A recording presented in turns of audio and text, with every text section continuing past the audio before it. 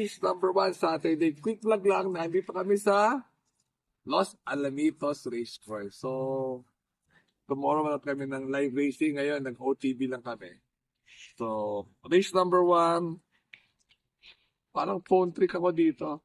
Parang subok. Tested. Yun. So, race, tapos 5 and 3. Alright? Right. Race number 2. Buksan mo. Race number 2, ano ako? 2, 3, and 1. Every 4 years, yung justifiably so, tsaka yung uno na si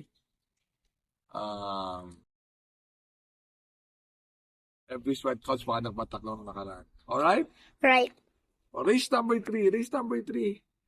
Parang magaling yung blue note nung nag-barrier. First choice, second choice ko si War Emblem, parang biyahe lang nung nakaraan yan. Third choice ko si Black Panther, solo. Tingin ko you'll never go wrong with these 3 horses. 4, 3, and 6. Alright? Right. Race number 4. Race number 4. Rematch. Reverse merger. So that's, ang tingin ko mangyayari dito, magkakalkalang kagad to.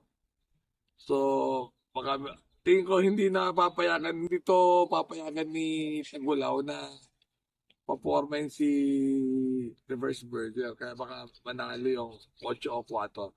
5, 2, and 4 ako. Resonant, reverse merger, saka yung Great Sashi Iron Edge. Makadehado dahil 100% ako kakanay ni Tagulaw yan. Matalino yun, hindi naman yun papabayaan si Alright? Race number 5. Race number 5, parang I Love Mati pag lumaban. Parang nakakaangat. Second choice ko si Ma'am Jen. Third choice ko yung Betcha. Hindi ko kasi maintindihan kung binabiyahe lang yan. Pero, well, pag biyahe ito sa 4, 6 mananalo, di ba? 4, 6, and 2. Alright? Right.